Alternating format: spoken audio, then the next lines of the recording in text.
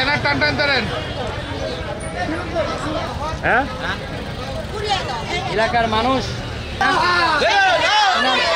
তার পত্নী হয়ে যাওয়ার পরও তিনি এখানে আছেন।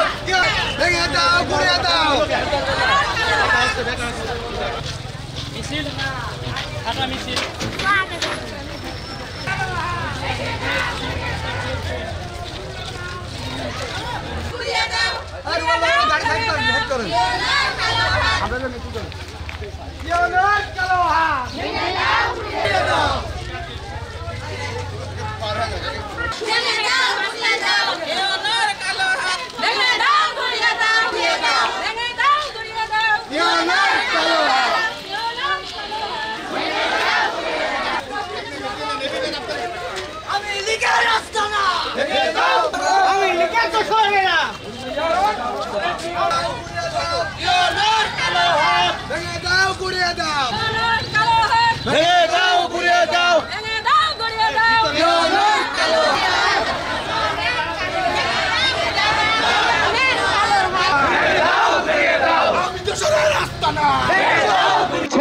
বরাবরই চলছে, তারপরেও সুর অফিস থেকে দ্রুত যাতে এখান থেকে চলে যায়